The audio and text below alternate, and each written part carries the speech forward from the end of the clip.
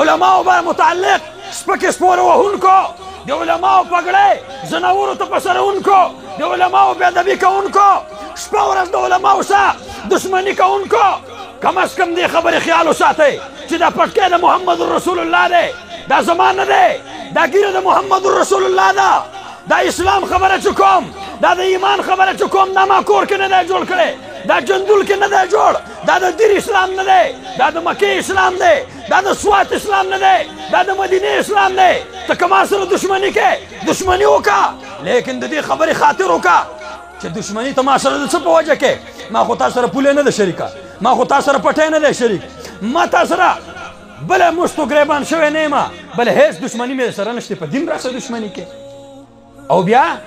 څوک وایي چې جی مونږ خو د مولیانو ډېر احترام کوو د مولیانو ډېر قدر کوو خو دا پلان کې مولا قدر نه کوو تاسو یې پیژنئ نور د خبرې ضرورت نشته د وضاحت د پلان کې مولا قدر نه کوو مونږ د پلان کې عالم قدر کوو خو د پلان کې نه کوو دا عالم سو دی دا ناکار عالم دی او دا عالم رباني دی نن د عوامو په لاس کې د علماء سو او د علماء ربانیینو ترمامیټر پروت دی دی به چک کول کوي چې دا عالم سو دی دا عالم رباني د امت مسلمه نوجوانانو مشرانو سپینګرو خفه نه شئ او زما زړه خبرې زړه ته وانچوئ په کار ده چې تاسو ته خوږې خوږې خبرې وکړم لیکن ډاکټر چې ترخه بیماري ولیکي د دوایي لیکي د بیمار سره یې دشمني که نه دشمني نشته ما څه دشمني ده زه چې ترخه دوایي ورکوم زه ضرورت ګڼم او زه ضرورت محسوسومه لهذا ما ته د اشرف علي تانوي رحمه الله هغه واقعه را یاده شي و یو بادشاه هغه بادشاه چېرته ویښته وله یو نهي واړه کلي نو ویښته چې وله نهي واړه کړه نو هغه ویښته وله صحیح نه واړه کلي بادشاه چې واپس دربار ته راغی نو څه درباري ورته وویل چې بادشاه سلامته دا یخته خو دې څه ګډ وډ غوندې دی دا خو چا سم نه دي واړه کلي وایي ښه نه دي واړه کلي صحیح نهي وی فورا دربار ته حاضر کوي نو نهي چې کله دربار ته حاضر که نو یو خیرخوا د دې نهي ورته وویله چې باچا خو دې وژنې پرېږدي دي نه یخته دې وله ګډ وډ کړي دي وایي راځه چې ورشو بسم الله نهي چې کله راورسېده نو بادشاه اوده شوی دی وایي په اودو باندې راایسار که هغه باقي یختې وله برابر که سر یې وله ټیک که ویښتې وله برابر که او بیا خواته ناست دی په ادب باندې بادشاه چې کله د خوبه رایښ شو په نهي باندې سترګې ولګېدې هلکه نهي زه ستا خواله درغلمه او ما په تا یخته واړه کول نو تا زما یخته شرمولی دي دا خو دې خراب کړي دي دا دې ولې خراب کړي دي ورته وایي باچا سلامته شیشه مې ورسره راوړې ده په دې شیشه کې وګوره چې کوم ځای خراب اوس به یې جوړ کړم هغه چې کله وکتل او سر یې برابر و ویښته یې برابر و نو نهي خو ځان خلاص کړ دربار کې لانجه پرېښوده چې چا ورته ویلي چې یخته دې ګډ وډ دی اوس به هغې سره نهي خپل باس د باچا خپل باس کوي خو دې نهي ته یې وویل هلکه وایي تکړه نهي ډېر قابل نه وي دا خو د ډېر ښایسته واړه کړي دي نو څه خلک راله او د نهي ښځې له یې مبارکي ورکوله چې مبارک شه ستا خاوند ته بادشاه ډېر قابل او تکړه نهي ویلی دی نو دا نهي ښځه د دې ډېرو خلکو نه هوښیاره وه د دې زمانې د دې ډېرو خلکو نه د نهي ښځه هوښیاره وه نو هغه ورته وایي چې یروره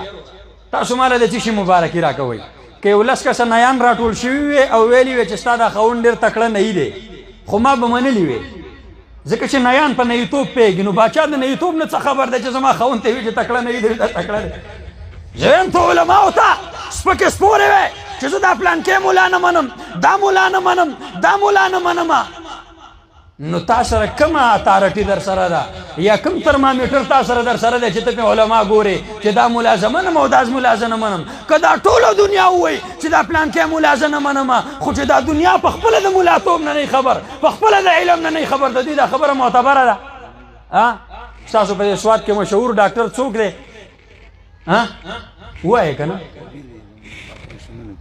کبیر ډاکټر کبیر د سوات لوی ډاکټر دی خو که یو 15 کسان په دې ځای کې راټول شي او خلک وایي چې یاره دا کبیر ډاکټر په هېڅ څه نه پوهېږي صرف ډسپرین ګولۍ ورکولی شي صرف پیناډال ګولۍ ورکولی شي نور د هېڅ نه دی خبر نو ستاسو دا خبره به ټیکي که غلط به کبیر ډاکټر ته خو به ډاکټران ډاکټر وایي هغه ته خو به سند چا ورکړی لهذا علماو له به چا سند ورکړی زما مشر له به چا سند ورکړی ته ولې سپکې سپورې وې ته د پټکي توهین ولې کې ته د ګیرې توهین ولې کې نو عبدالله ابن مسعود رضی الله تعالی عنه رسول الله مبارک ته عرض وکړو د الله رسوله کم از کم د دې خبرې بیا خیال ساتلی وی چې زه ستا سفیر وم زه ستا ملګری وم تا ورلېږلی وم رسول الله مبارک په دغه ټیم کې غمجن دی عبد الله ابن مسعود غمجن دی جبريل علیه السلام تشریف راوړو لیکن د جبريل علیه السلام په مخ باندې خندا ده په مخ باندې مسکا ده رسول الله مبارک تپوس وکړه جبريل عبد الله ابن مسعود په جړا دی محمد رسول الله غمجن دی او جبريل امین خاندي تبسم یې فرمایو ولې خاندي